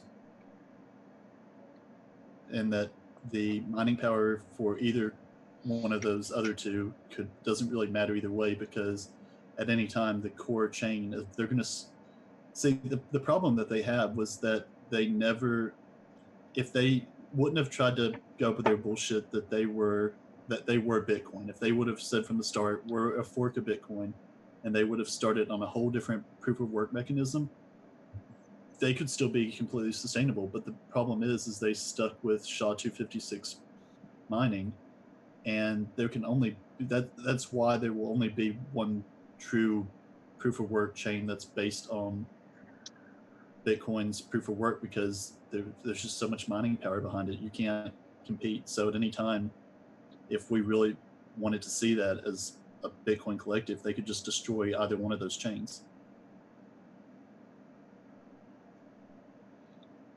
When you say smart things, I get confused. Nerds chime in. When you say smart things, I say, "Oh, thank God I'm taping this." Maybe it's not too smart. I don't know, but we'll find out, man. Right. We will If you're in the find chat and you're out. watching right now, come on, join, correct me where I'm wrong. But Hell yeah. I'm I'm surprised they're not already. The call in and room number is so prominently placed on my lower third that you'd think anyone at least on my stream, and maybe no one's watching, would feel compelled to come in and chat with us about this. I believe Eric more than I do Craig White. Craig Wright. He just said in my chat, "I'm Satoshi," and I believe that more than. Listen, exactly. Hiding over there in I think it's Western Michigan. Eric Right. Wilson is Satoshi. Now, I do think Craig probably knew who Satoshi really was, and that's just by my own guess that I think it was Hal Finney.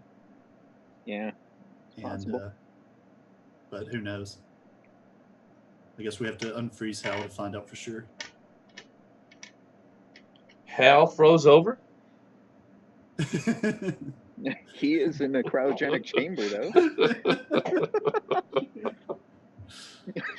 Oh man, sorry, Hal. So here's a question for you, Pat. Do you think if any of the movement of coins in Satoshi's wallet were to move, would that it devastate the market cap, or take it for, I don't know, a ride?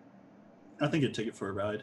I think, and I think that's a great segue to what we was talking about in Telegram about the Steem price, because I think the market has priced in that those coins are burned essentially, and so one of the things we were talking about for people that wasn't in our Telegram is if Steem power, we was discussing if Steem could ever be really considered the same way of the future price of Bitcoin, and Gunberg, you talked about how, I forget what the math was that you'd figured up, but I think you didn't really exclude any Steem that's locked into Steem power contracts, correct?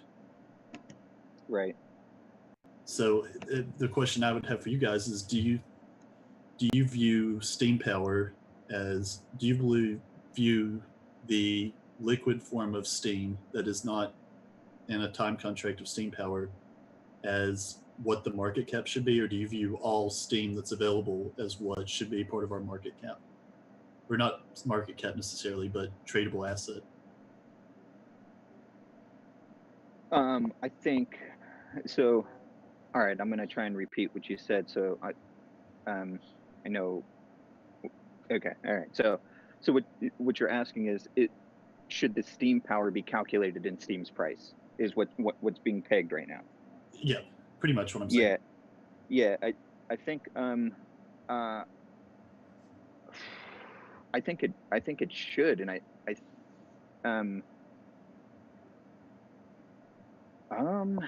damn, that is a good question. I'm gonna ponder that for a bit.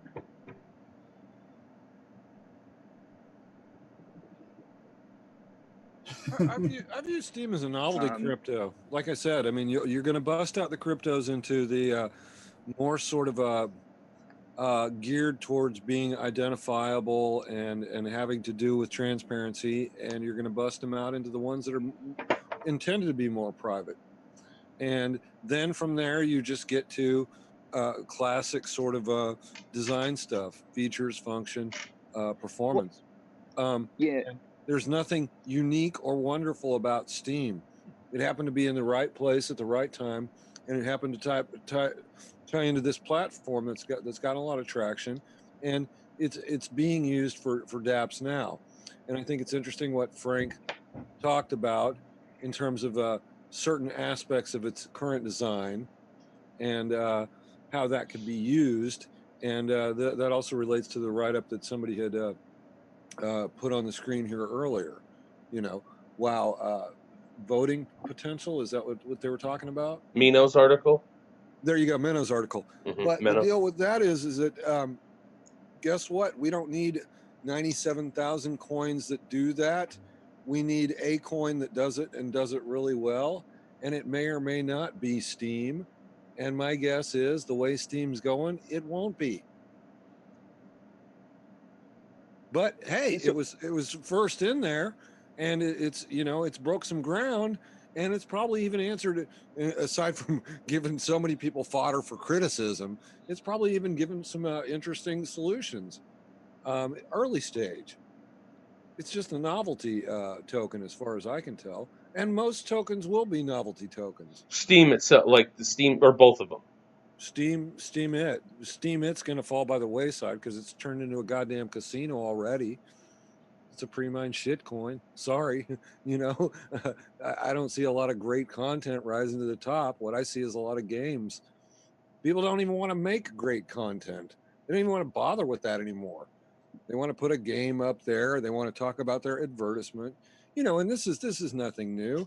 You and I could have a conversation, and you know, I might feign interest, and you might pretend to like me. And when Are it's you all feigning interest right now? no, but when it's Would all you said call and this done, show great content? no, but the giveaway is when it's all said and done. I go, hey, by the way, can I get $5, or would you like to buy a widget? It kind of makes everything that went before look like, you know, the filler that it really was.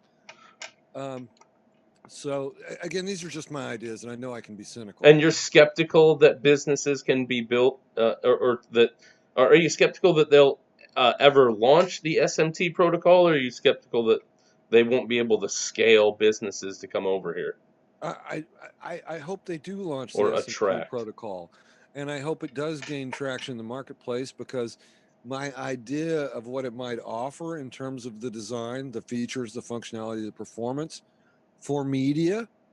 But again, my idea is kind of a thing that's based on what I would do in that field. It's not based on Ned's guitar playing, and it's not based on a whole hell of a lot that I've Right. gleaned from the I white know, but paper. but I'm not a dev, right? So when they tell me, oh, there's a delay, or oh, it's not done yet, that Right. doesn't tell me that it's never going to happen, or that there are signs that the walls are crumbling around us. But like, I would assume that kind of stuff takes a long time Oh, to finish absolutely. development and release. And may the So best token for media sharing and media systems of commerce and media transactions, may the best token for media win. yeah, And may the best token for smart contracts win. And may the best token for global currency win. That's what we're going to see. you just When we're done highlighting every goddamn word in the book, we're going to go back and go, you know what? We really only wanted to highlight this and this and this and this. So Eric asks inside the chat, what's wrong with gaming? Do you mean gaming the system or just gaming in general? yeah. I'm talking about gaming the system, and really, It sounded like you were attacking gamers no and Steam monsters and live No. streamers Don't get me that play started Red on Dead Steam Redemption. Don't You're get me just mad started that on- there's no ESP change card. You want to be a summoner. Oh God! I'm gonna answer. Stop Patrick. it.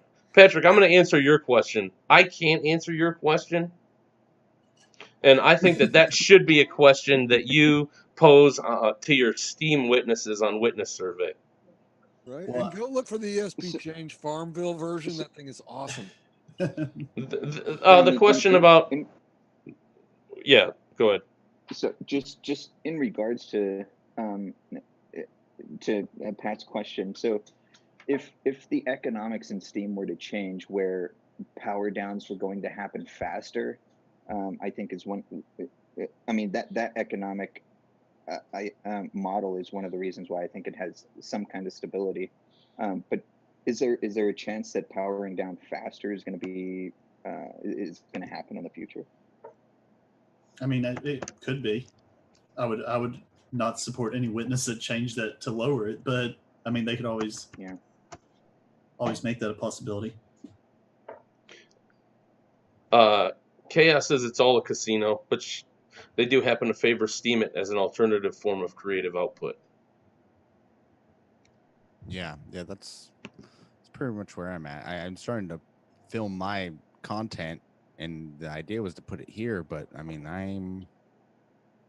I want to put it where it's going to be accepted and do the best. And I guess you can post it multiple places, of course. So, what's the definition of the best?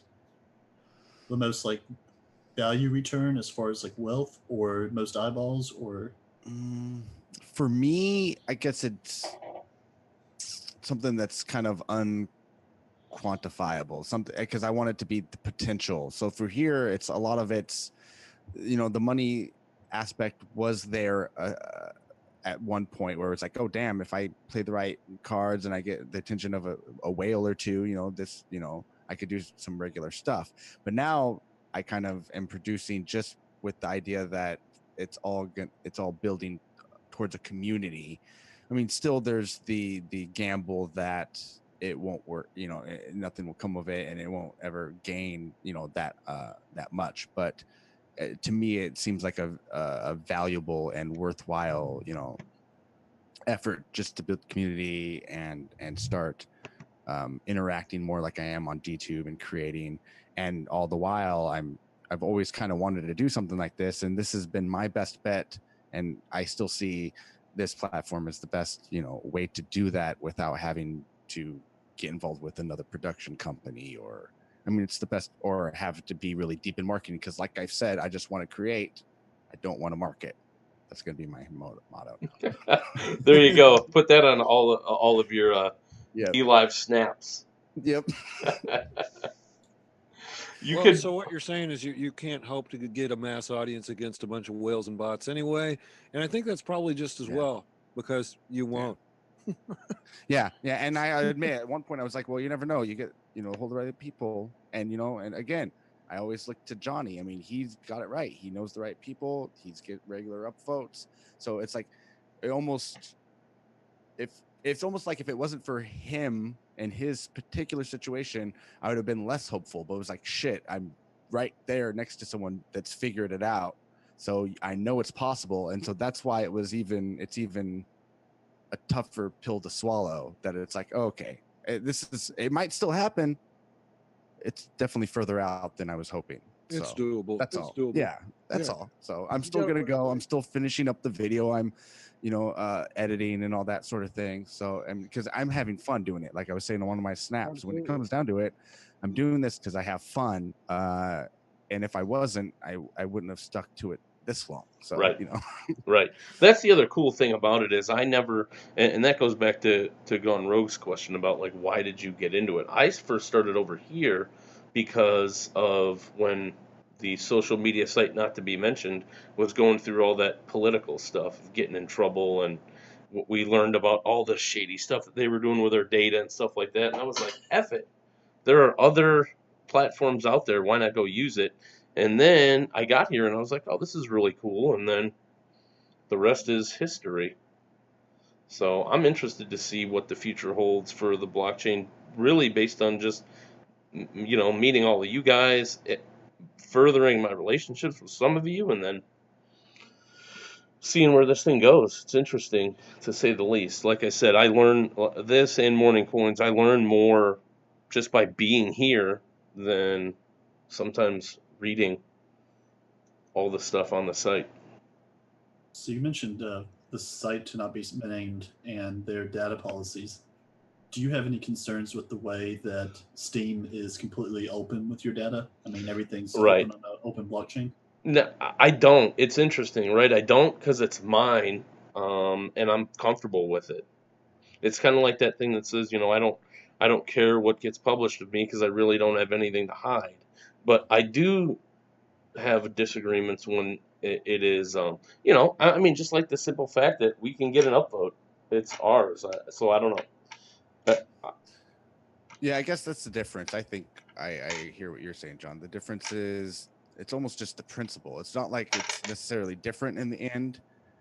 And I've had this discussion with you know, people in my family, just the idea that it's like, if they want to stick to that, if you don't have anything to hide, then what are you hiding? And it's like, well, shit, I'm not a child. I feel bad enough going through my kids' stuff. It's just, you know, there's got to be a point where you draw the line. And then when it comes to a government that's out of, you know, abuses its power anyways, you know, that's where the line's drawn. So it's tough to. Yeah. Yeah.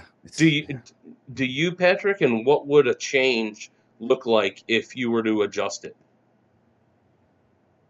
The one thing that I wish that we could do is, and this is completely possible, I mean, we would just have to see something that's not the Steem reference client, but I would like to see some type of dApp be created that uses your memo key, just like you can encrypt memo messages and transfers to make it not show on the blockchain, it just shows encrypted. To do that same thing where you could share it to a select group. So if I wanted to have a conversation with just the creators on the steaming pile that we would access through Steam, it would encrypt that and only store the hash of that on the blockchain. But with y'all's memos keys, you could decrypt it. I like it. Build that shit. Go ahead. I wish I had that technical ability. But something kind of like Google Plus was Okay. where I could share to circles.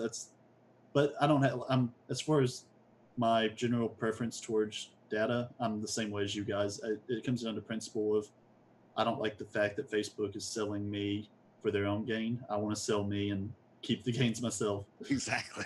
Do you know why we call them the social media network not to be named? Why's that? Because even mentioning the name like you just did promotes and furthers their brand. You It's funny, just messed eventually up. you'll turn that corner when it's not. I mean, more than ever before, you get people at least discussing things. I don't know if it was here I was talking about that, but like just even at work, people are like, yeah, what is he doing? And it opens up that gate to be like, yeah, what he's doing is abusing, the privileges you've given him over your data. Shouldn't you want to, control it yourself? That's why you go here, right? So to me, it's kind of the gateway. I've never talked more to people about the blockchain than in the last couple weeks once I started talking about Facebook. So it was almost like, to me, maybe it's like that's the way to get people interested, is to first let them know, especially if they're still on Facebook and a regular user. Like my young people in my life, they're just beyond it. So you got to find out what the fuck Snapchat's doing Right. to abuse their power, But Facebook, I'm sure they're doing something. It's two sides of the same. My understanding in early Judaism, they didn't mention the word Yahweh, but we all know what the word Yahweh means. I mean, now everybody on the planet knows. Yeah. Centuries later, but don't get me wrong. Similarly, there's not supposed to be any fucking depictions of the Prophet Muhammad, especially in cartoons, except you get to the Charlie Hebdo incident where they did a bunch of cartoons of Muhammad getting boo food or whatever the hell was going on there. And, we all... You saw what happened to him. You see what I'm talking about? So it's that old thing, should you put that idea out there? I'm in the camp that, let's put those ideas out there. And I'm not saying that that's always has to be true or for certain national security interest. But if you get in the habit of routinely not putting any ideas out there and calling it national security, then you can abuse that too. You see what I'm talking about? So you give them enough rope to hang themselves, or do you just put them in a cage so that they'll be okay? Or seal them in urethane and they'll be fine. You see what I mean? 6 of one, half dozen the other. I don't know. Facebook, not Facebook. Not sure.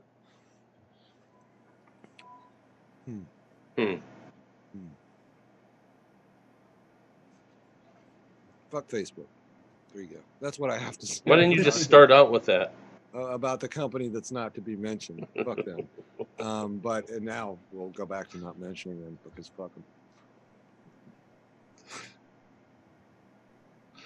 Patrick, how are your streams? Are you managing conversations on any of those streams? So I'm using vim.bot's multi-chat that it just actually monitors the chat for each one. I'm not actively monitoring each site to see if there's any viewers in it or not. That's cool. I tried to get on vim.bot a couple times. Couldn't even get the page open. Oh no. Yeah, I'm a big fan. I mean, they've that's Waymon's site that he built, and I mean he's done an incredible job. Yeah, that was cool that Waymon showed up on our special episode on Saturday. I would have liked to have heard from him. Yeah, I think he would. I'm not sure to what level of interest he has to crypto. I know he has to have at least some. I know he's involved with some different other projects and such, but I think he would have a very good technical ability to really comment on a lot of things. Oh, sure. How did y'all feel like Saturday went? I thought Saturday went good. The both of them, Mike and Josiah, definitely want to follow up and meet developers within the Steam platform that would at least be interested in talking about ideas where they could build some inroads for a partnership between Digibyte and Steam. I think that would be really cool. And then I think, Mike, on the other hand, Mike wants to, come on and do some content creation and do their Digitwhite stuff, some of their Digitwhite stuff on this platform, as far as like news and messaging and things like that. So. Did you all see that Share to Steam added Medium this week? I saw that. It was a pretty cool win as far as I saw that, and then I saw that Steam Hunt is looking for Medium authors. Mm-hmm. So, good stuff. In what way? What do you mean? They're looking for authors from Medium to come on to the platform, you mean? Yeah. Mm-hmm. Well, that'd be cool. Yep. So, if you connect both of your accounts and you have good content, could be good. Good. Oh, I got into Vimbot. Nice. Oh, that's cool. Hold on, I'm going to share the screen so everyone can see it. Patrick, you're going to give me a walkthrough. Deal. It looks like I talk to myself most often on my on your chat. I talk only to myself, so you're lucky. Oh, dang. It's lonely over here. All seeing you, Ganagu, Jiu-Jitsu, and the Vinny Vici. He was on the Digitwhite show, so he had 16 messages last time. See, that just means that I reply to people. Okay, so yeah, the song request. I've seen a couple of you guys do that one. That's really neat. Which one can I open and is like I can see stuff? The dashboard's going to show you. It's kind of like an expanded version of Vim's dashboard. Yeah. Oh, okay. I gotta go out of there. You guys actually see how slow my computer is to load pages. Gotcha. I don't want to go there because I don't want to have to. Oh, wow. What? I didn't know that he's added the view counter on there. I tried to use it, and I don't know. It wasn't working for me at the time. Commands, timer, song. Yes? What are you cats doing on Thanksgiving? Do you got fam stuff? I mean, and if you're not doing anything, to be honest about that too, we got friend stuff. I think I already said that. With friends? Yep. Well, you must have missed out. I think we did talk about this at least. Oh, I'm sorry. No, that's okay. I'm cooking. Oh, okay, good. What are you cooking? We cook once and then we visit once. So chat log. Out of it, so. Gotcha. Turkey? Yeah, turkey. Yeah, usually ham for the second one. Lots of times. Yeah. Cool. So where's the cool stuff that I can use on here? So commands is one. Commands. Commands let you set up little like chatbot things. So you could say exclamation point steaming pile, and it would write back the greatest show on them. There's also cool things you can do to like set up drawings using that. To where it will pick a random viewer at the time. If you're wanting to, one of the things I was wanting to do is do like Steam Monster streams and then give away a Steam Monster card. And then use that to just pick a random user that's in the stream at the time. The timer, timer is probably the one that you'll utilize the most, I think. That's the one I use in my chat that pops up the message every 20 minutes. It says, jump on the pile with us. Join us by calling 1616 or 646. Use the meeting code this. That's cool. So, yeah, that's probably the best one for this type of content, I think. But just kind of however you can envision yourself using it, what best ways you can. Gotcha. But timer is the place to be. I like timer. Cool. I will check all of this out. I stopped it just because it's so slow and no one wants to look at that. Are we doing Thanksgiving plans again? Well, no, I mean, I'm sorry I missed that. That's when I was like eating up. You must be eating, yeah. Skip that. So I do a cranberry with ginger and orange zest. Yum. Oh yeah, gotta have the cranberry. But okay, here we go. Pie, pumpkin pie, or do we go berry pie? I'm not a big pumpkin pie fan, y'all. I gotta admit it. I'm more of a berry guy. I don't like either of those. You've already Really? got the cranberry Oh. thing. Good Marionberry pie with some vanilla. I'll tell you my favorite pie: buttermilk pecan pie. I'll take pecan Pecans, pie all day over pumpkin or berry. Don't say it like that. That makes it sound like it's worse than it is. Yeah, no, it is. I'm giving you my opinion. That's exactly what that is. You can't put. I'm not trying to pumpkin like. on the same I'm level not as trying to berry. like influence kids to like stop liking berry pie. I'm just saying that I do not like it. Funny. Yeah, a So good pumpkin chocolate. Patrick, you're roast shaking your head no. Is yours Derby pie? Oh, I love Derby pie. What the Sounds hell's good. Derby pie? Oh, you don't know I'm until you sorry. got to go to a race or go to Kentucky for a little bit. Yeah, I We're could- talking about an actual pie, right? This isn't some sort of Yeah. Okay. Yeah, it's got a little bourbon in it. Oh. I'm not really sure what else is in it, but there's bourbon, There's and that makes nuts it okay and with chocolate and What the coconut and hell? all How sorts have of I stuff. had it? Weird. You can order them too. me. Well, you know, every place has like every state's got like I've got places around here where they've got just like dozens of different types of pie, but never run into. Now I'm gonna see it next time I go, and I'm gonna be like, oh shit! Gotta try it. I probably just never noticed it. It was like Derby pie, or whatever. What's your favorite kind though, Patrick? Favorite kind of pie? Yeah. Oh gosh. Probably pumpkin. Ah, So pumpkin or sweet potato for you guys? If you had to eat one of the two. No, I'm not eating gourd like pie. this pumpkin. Love pie. Who says that? Is that Katie? Katie says love pie. Oh my god. She makes a pie that's like a peanut butter and chocolate. Okay, so is this a universal? That sounds delicious, by the way. Is this a universal thing? Whenever we talk about pie, my wife sings the damn song from Michael. Anyone else? Pie, pie, me oh my, I love pie. I do love So pie. annoying. It No. haunts me though. Never heard of it. Yeah, It's not a good movie. That's the problem. Oh, the That's why no Travolta one's seen movie? the movie. Yeah, it's he's an angel. Oh yeah, I wouldn't even get the reference. Oh my god. Yeah, exactly. Shouldn't have even brought it up. Oh yeah, you should have. Oh, it's all right. Yeah, fun. Stuffing. Don't do homemade stuffing. Something else that I don't. We're like, I don't know. I don't usually like homemade stuffing. So if we have it at all, it's just gonna be boxed. The concept. Everything else. You don't shove Yeah. bread up your turkey's ass Yeah, and didn't bake say it? that. Sometimes we do, but if we do, it's not homemade. Usually. Gotcha. Yeah.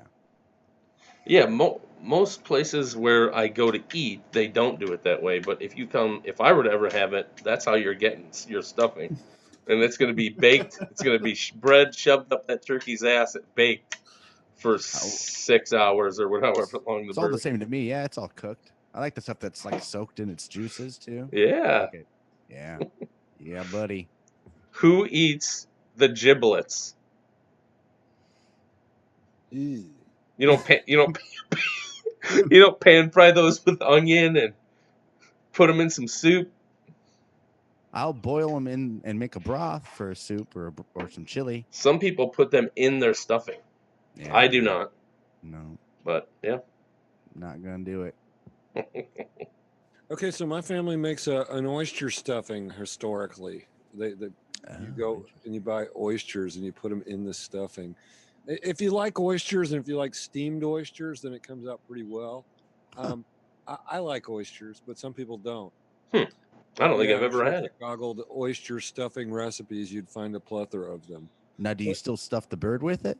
I'm not a big fan of putting the stuffing inside the bird. I learned Yeah. that from Alton Brown, like almost 20 years ago when his Good Eats series was popular on Sure. Food Network. You know, he makes a great case for don't bother stuffing your turkey. It doesn't really help with the turkey cooking. It's not the most effective way to make stuffing. It's kind of like, I guess historically they got to doing that just because it's a 2-in-1 approach. Right, it's just a time saver. Right, there you go. Yeah. But I like the crispy brown part of the stuffing. You know, it's kind of like the way I like the Yes, crispy edges on the lasagna or the cheese that's slightly burned. I like that stuff. Yeah. Whereas that stuff you pull out of the turkey, it's all mushy. True. Flavor and texture. All right, and I'm finally, an old foodie from veg. way What back. does everyone have for veg? We got the green bean casserole classic, but then we also got the roasted Brussels And- sprouts. Love roasted Brussels Ooh, sprouts. roasted Brussels sprouts. With sound good. balsamic. Yeah. Mm. We always have asparagus, Oh yeah, that's roasted good. asparagus. God, I love asparagus. About my favorite vegetable. Yummy. There's a beet salad with goat cheese and walnuts. It's pretty banging too. Is it goat cheese or it's blue cheese and walnuts? Oh my God. I favor goat cheese over blue. I'm not a big blue fan, but Yes. good So, goat cheese, yeah. freaking Either good. one. Chev. Good stuff. Right there, Well, shit, now I'm hungry. Yeah, right? Right. All right, I'm going to clock out now. I think we all could clock out. I don't want to speak for everyone. I'll take that back. But I'm easing towards the door, let's say. Have a wonderful Thanksgiving. Open You as Space well. says when it's over, it's over. Bye, ESP. Have fun. Thank you for a wonderful steaming pile, all of you. Spalding. Today? This is your monster. Yeah. Thank you. Thank you. Katie says broccoli casserole for her vegetable. Oh, for real. broccoli. Broccoli. Ask him if it's the broccoli and cheese whiz casserole. Because my family has this broccoli casserole that they mix with cheese whiz, and then they coat Doritos or sometimes Fritos on top and bake it. I'm liking it. It sounds like it's And then there's good. another one that's healthier. It's like broccoli with like mayonnaise and raisins and sunflower first one. seeds. Like I don't think I've had a No, the broccoli first one, the casserole. broccoli casserole bake, is really good. Interesting. And it's easy. It's like, I think it's like cream cheese, cheese whiz, broccoli. Mix it all together, put it in the pan, top it with whatever kind of chips or crackers you want, and then bake it. Dang. You can put onion in there if you want, chopped up onion. That's a party dish. Heck It yeah. is. All right, y'all. Well, you'll have a good night. I don't know what that was. You guys as well. I don't know. Do we have any hand-drawn notes that we can screen share? I haven't heard from our friend Narashi. No pressure. I saw that the poor lightning stick that she has is broken. Apple products.